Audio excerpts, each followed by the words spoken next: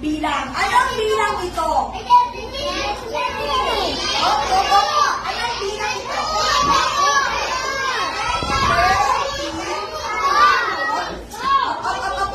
Ang bilang ay 30. 32. O, sa Tagalog. Ano sa Tagalog? Ano ka? Makinig mo na kay teacher. Ito ay 32 o 32. Anong bilang ang labis sa 32 o 32? Labis ng isa. Very good. Ang labis ng isa ay bilang 33.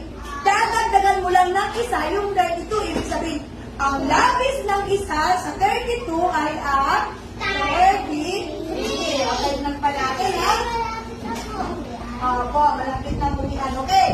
Ano naman? Anong bilang ito?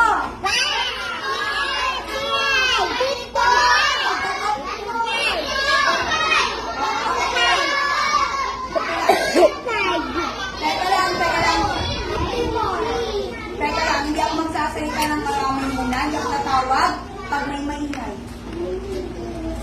Anong bilang ito? Itaas lang ang gustong sumagot. Yes, Queen. 54 sa Tagalog. Ano ito?